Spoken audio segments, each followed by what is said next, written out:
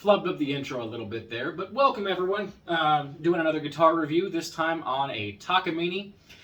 This is the EF-349 lawsuit model. Now, I put quotations over that because the lawsuit guitars are not so much a model of guitar or even a thing from one particular company. There's a whole history and story behind it, and I will be diving into that a little bit in this video. So, a couple things to say. If you are a shut up and play kind of guy, you're not going to enjoy your time here because I'm not going to do it. I'm going to give this an acoustic demonstration, yeah, but I'm not going to shut up and play. Okay, it'll be much later in the video after I talk about the specs and the history and what I think is just neat about the guitar. The other thing is, if you're looking to hear how this guitar sounds plugged in, that's not going to be directly in this video, but if you check the description down below, I will link to an electronics demonstration that I have recorded for the guitar so you can hear how the pickup system in here sounds, okay? And keep in mind, this is the EF-349. If you're looking for a review on just the Takamine F-349, then this will still be applicable to you because it is otherwise an identical guitar. This just happens to have electronics. Other than that, zero difference. So if you're looking for the pure acoustic version, this review is still going to be valid for you. So let's talk about lawsuit guitars and what does it mean. I feel like in the world of acoustic guitars, the term lawsuit is most applicable to Takamine. And that's because Takamine made so many guitars with this style headstock, this Martin style headstock. What a lot of folks may not know is they also make guitars with Gibson style headstocks and Guild style headstocks, although those are much, much less common. They mostly stuck to their Martin copies. Now, there's a history between Takamine and Martin, and I had to do a lot of research and talk to a lot of people to kind of piece all the information together, so this is going to be the story to my best telling, okay? There was never actually a lawsuit from Martin to Takamine, and to be fair, there were almost no lawsuits at all during the supposed lawsuit era. I believe Fender did sue a company called Tokai for their Silver Star, which was a copy of a Fender Stratocaster in every conceivable way. The headstock design, the body design, the logo design, everything was a Strat copy. And I believe Fender did actually sue Tokai. But there were tons of companies making copies of guitars in Japan. You had Takamine, you had Greco, you had Tokai, you had Suzuki, you had Ibanez. Yeah, Ibanez started out making copies of primarily Gibson electric guitars. There were tons of these supposed lawsuit guitars. Washburn was making a lot of copies of Martin acoustic guitars. But Takamine is the most well-known in the world of acoustics, and the reason why is because they simply made the most. I feel like the most famous Takamine lawsuit models are the D28 copy and the D18 copy and the D35 copy and I think it's a D41 or D45 copy. They made copies of practically every major Martin. But the real question is how are they able to make such close replicas of these high-end American guitars? Well, there is a legitimate reason. They didn't just buy one of each of the guitars and break them down and look inside. They actually had access to the schematics and the build layout of all of those guitars. And the reason is because this is before Martin had established Sigma as a brand. They wouldn't establish Sigma until 1970. Okay, and Takamine's been around since 1962. And I don't even think they started using Sigma as a brand until like the mid-70s. So they were looking for a way to produce budget versions of their high-end American Martin guitars. And they were looking into Japan for doing it because that was kind of the place to go at the time. And they were working out a deal with Takamine, this company. And at some point, the deal fell through, but it wasn't before all the schematics were handed over to the Takamine employees over in Japan. So Takamine had access to all those schematics and build layouts and said, screw it, we're going to build them anyway. So in this particular case, this guitar here, the 349, is a copy of the Martin D17M. That was back when the D17 had this nice gloss finish and was an all-mahogany guitar, as opposed to the weird spruce thing they made recently, which does not deserve to be called a D17. So this is a copy of that model, and it is a copy to the core. We're talking the same woods, kind of, and this is all laminate, while the actual Martin would obviously be all solid, but it's all still mahogany. So mahogany everything, top, back, sides, neck, rosewood fingerboard and bridge, plastic nut and saddle on this one as far as I can tell. It may be bone on the nut, but if it is, it's real low end bone. The saddle is definitely plastic. Beautiful gloss top on this, by the way, since we're kind of going over the specs here. And this cream purfling around the body of the guitar, and then black binding around the sides of the guitar. It is a good looking guitar in my opinion. I really do think it is. Of course, Martin style headstock. But this is a copy of the Martin D17. And they have, it's not just a copy in design and materials, the internal structure and the bracing patterns are also going to copy that Martin. Okay, as close as Takamine could build it anyways. It's not going to be a 100% perfect in the sense that the bracing itself are probably not the exact same thickness, or they may not be from the same type of spruce that you would have made them, the Martins out of. But the overall structure is basically 95% the same. And so, in a sense, these lawsuit Takamine serve as kind of the perfect poor man's Martin. You know, the perfect proxy Martin. If you really wanted a Martin D17, and by the way, I have played Martin D17s that were the all-gloss, all-mahogany models that look just like this. And this sounds shockingly close. Does it sound as good as the Martin? No. I'm going to be blunt with you and 100% honest with you. No, it doesn't. The Martin still sounds better. But this sounds at least 75% as good as the Martin D17M from that time period, which is incredible considering the price point. Okay.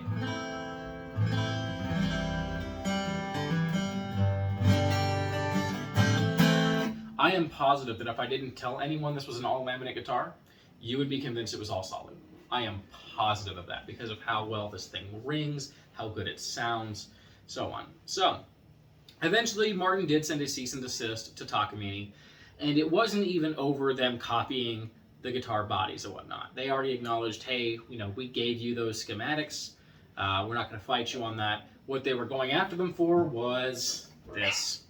Yep, they were going after them for the headstocks and the logos because it is too similar to Martin's own American guitars, and Martin wasn't having it. So they were upset with that. And again, there was no actual lawsuit. They just said, hey, it's not cool. Could you stop that? And Takamine said, sure. And they switched over to the headstock we all know and love today from Takamine. And they continued making this exact model with that headstock. And I played a handful of those versions. And they sound the same. They play the same. Because they are the same in every way except the headstock shape. So, yeah, kind of just a fun history on the lawsuit era guitars. There were almost never actually any lawsuits involved. And Takamine wasn't even the only one to make a guitar like this. Like I said, Washburn had their D15M, which was kind of a middle ground between the D15 and the D17. And it had this all glossy finish, and it looked just like a D17, but the structure was more like a D15 internally. So there were tons of Japanese Martin copies out there, but these are the iconic ones. Later, Martin would obviously develop their own brand as Sigma and sell their budget guitars under that name. And of course, they would have the same internal layout and whatnot. And funny enough, Sigma were also originally made in Japan. So it's very likely that these were built very close by and possibly out of the same materials as Martin's own official budget line. So kind of just a fun bit of history on this. And we've also kind of gone over the specs, you know, laminate mahogany top, back, and sides, rosewood bridge and fingerboard, mahogany neck, plastic nut and saddle. We have, you know, these mother of pearl dot inlays across the fingerboard. Nothing too fancy, but they get the job done. And we do have our dots along the side of the fretboard, which is good because that's what we're actually going to be looking at. The tuning machines on this, it's going to be kind of hard to show this, but you can see they are enclosed tuning machines. And they are interesting. So they're Grover style. They're not actually Grover. They're whoever made them for Takamine in Japan. What I can tell you is these tuners are very, very good, even all these years later. These things hold tune phenomenally. And they tune phenomenally. Like, there's no slippage. There's no play, even all these years later. These are great tuners. But kind of a weird thing about them is the peg size of the tuners are like vintage style tuners. They have a narrower peg. They don't have the nut that you would screw down into the tuning peg like a modern Grover. But the peg hole size is like a modern tuning machine. They simply used a bigger bushing. And at first I thought maybe this had been converted for modern machines and they went back and put on conversion bushings, but I've handled a few more of these since, and they were all like this. So unless every one of these that I've handled happened to have the same modification done and then the same restoration job done, they simply used larger bushings and narrower pegs. Kind of just a weird, funny thing, but it is good to know because it means if you want to upgrade these to a set of Grovers or whatever, although I actually don't think Grover automatics are an upgrade over these, not the ones I have on here anyways. If yours are going out, maybe. But if you wanted to change these out for a set of Grover style tuning machines, they would drop right in. You would just take these out, pop the bushing out, drop the Grover in, screw down the clamp. You wouldn't have to do any additional drilling at all. It's a drop-in replacement. So kind of a cool thing there. Already mentioned all of that. Scale is 25.4 inches. And we are looking at 1 11/16 inches on the nut width. And it looks like on my notes here, I actually wrote that it is bone. I think that was because the nut appears to be bone. The saddle, I'm 99.9% positive is plastic. I really am. It feels like plastic. And I definitely removed enough of the material. You can see that, maybe you can see that I should know what material I was working with. Because like many of these old guitars, this thing has gone belly up underneath the bridge, and as a result, the action went way high. And I didn't bridge doctor it because I didn't have access to the ability at the time. So I shaved the saddle, and I have it to where it's playing phenomenally. There's no buzzing anywhere. The action's wonderful on it. So I'm happy with it as is. As time goes on, I'm sure I'll have to put a bridge doctor in and then put a new saddle on. But I'll cross that bridge whenever I get to it. And by the way, this does have an adjustable truss rod inside the sound hole, so cool stuff there. The electronics in here are what they call the Graphics electronics, and it's interesting because mine is just a 2-band EQ system, kind of. We have a EQ on one side and a gain on the other, so kind of a weird system, but I have seen 3-band EQ versions of this, 4-band EQ versions of this, and versions of this with an even semi-modern preamp system. So it really depends on the year that you get your guitar. I mean, this is what mine looks like. If I can bring this in, you might be able to see that. That's what my preamp system looks like. But it's entirely possible and almost likely that yours is going to have a different preamp system, just depending on the year that it's from. So keep that in mind. Nevertheless, I have performed a demonstration of this plugged in. Check the description for that if you want to hear how it sounds electronically. Where is this made? I already kind of mentioned it. It's made in Japan.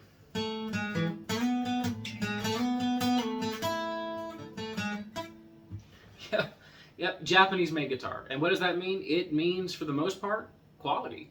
For some reason, these Japanese guitars from the 70s and 80s are fantastic.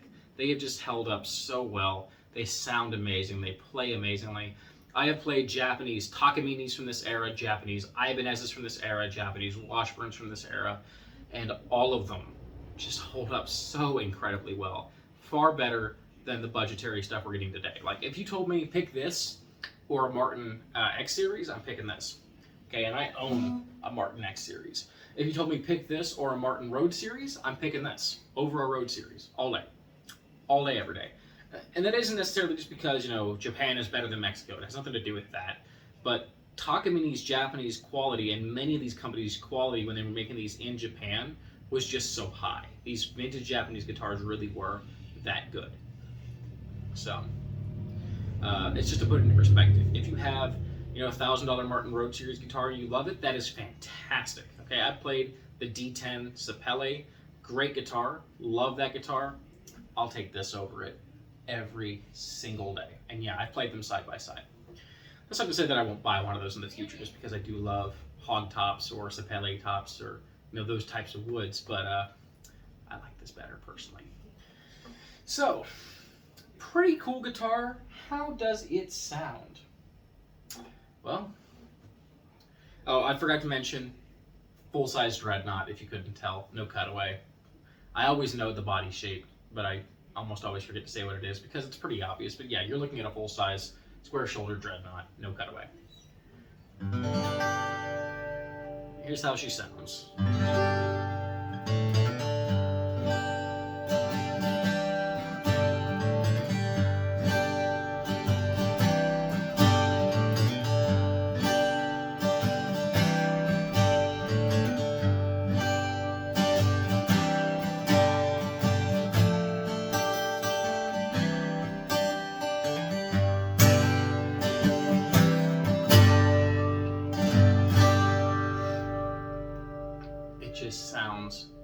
my ear, fantastic. Maybe you don't like the way it sounds, but I adore this thing. I currently have this strung up with my new favorite strings, honestly, the D'Addario XS 11352 Custom Light Phosphor Bronze. I like them every bit as much as a set of Elixirs, and I have them locally, so I've been using them, and I've been swapping all my guitars over to them, and I love them. Just great strings, and they really do bring out the life of this guitar.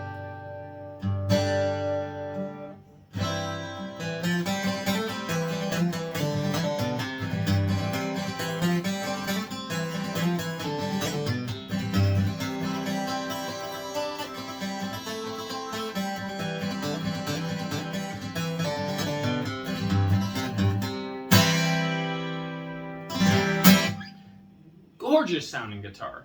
I did forget to mention something, strap buttons. So we have our end pin jack down here, which serves as a strap button, and they do have a strap button on the back here.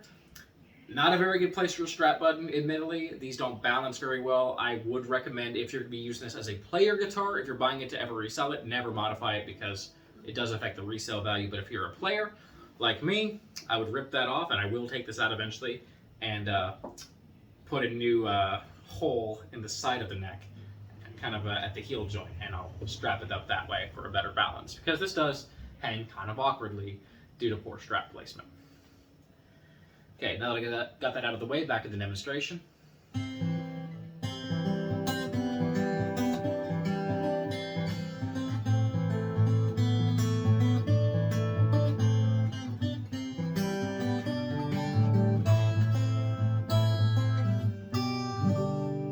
Just a great sounding guitar.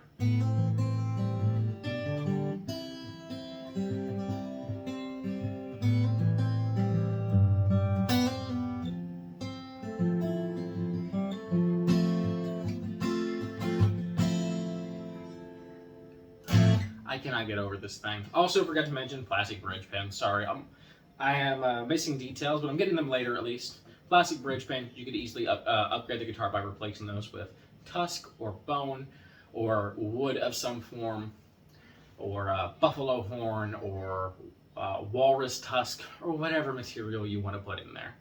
I hear so many suggestions, metal pins, whatever. They would all do the job. They would all work really, really well.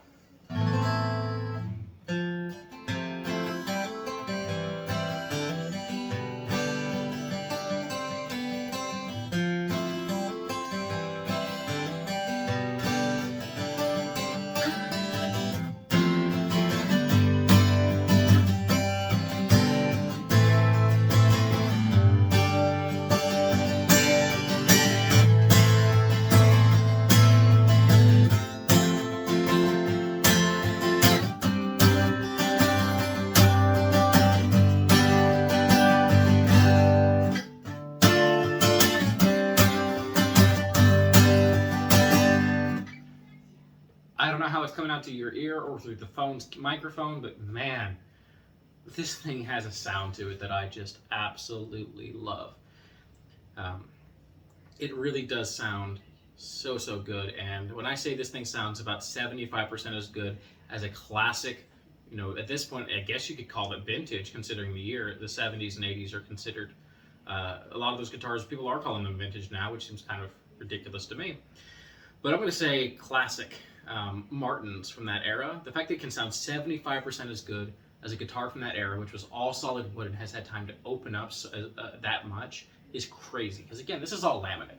This isn't going to really open up and sound better with age like that Martin has, and yet it sounds 75% as good as that vintaged, opened up Martin. That's insane to me. And it really is, because these things are a fraction of the price of those Martins. They're not like $100 guitars. They're not super cheap. I think that they tend to sell for about $500 to $600 these days. But that said, I mean, they're worth it. Every day, all day, this guitar is worth that price. What they retailed for back in the day, if I wrote it down, it looks like I wrote down $600 used to be the MSRP. It was a fantastic deal at the time. Okay, yeah, it's all laminate. Who cares? It sounds great. And guess what? All laminate means this thing's not going to go cracking as easily and warping as easily from the weather which means it's going to end up being more durable than that all solid Martin. So it actually does have advantages, and when it sounds this good,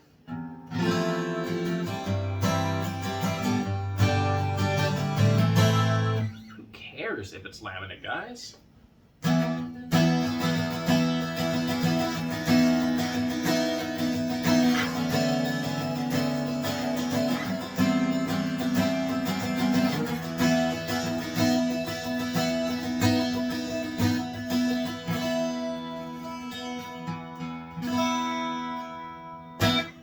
Just a gorgeous sounding guitar.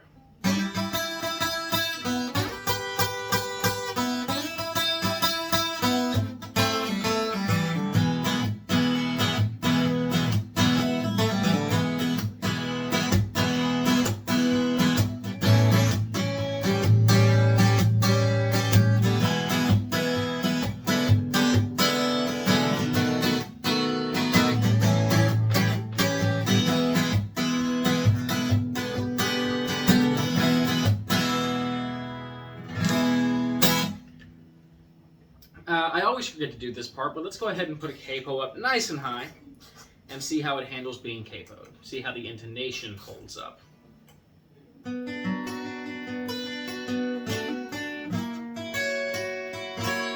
Oh, it would help if I didn't have this on the fret wire.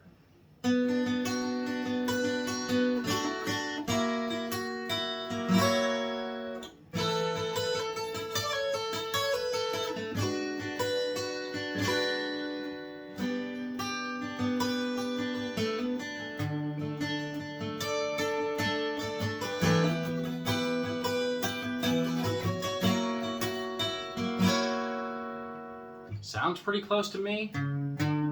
The low E is definitely a little sharp when capo.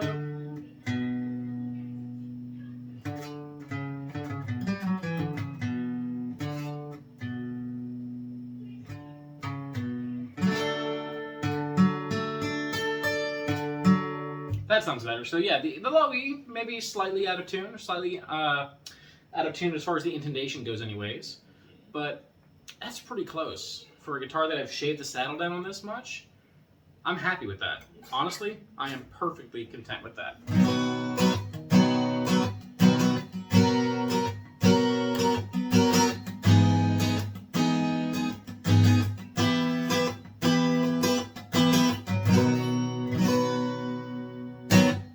And it really does play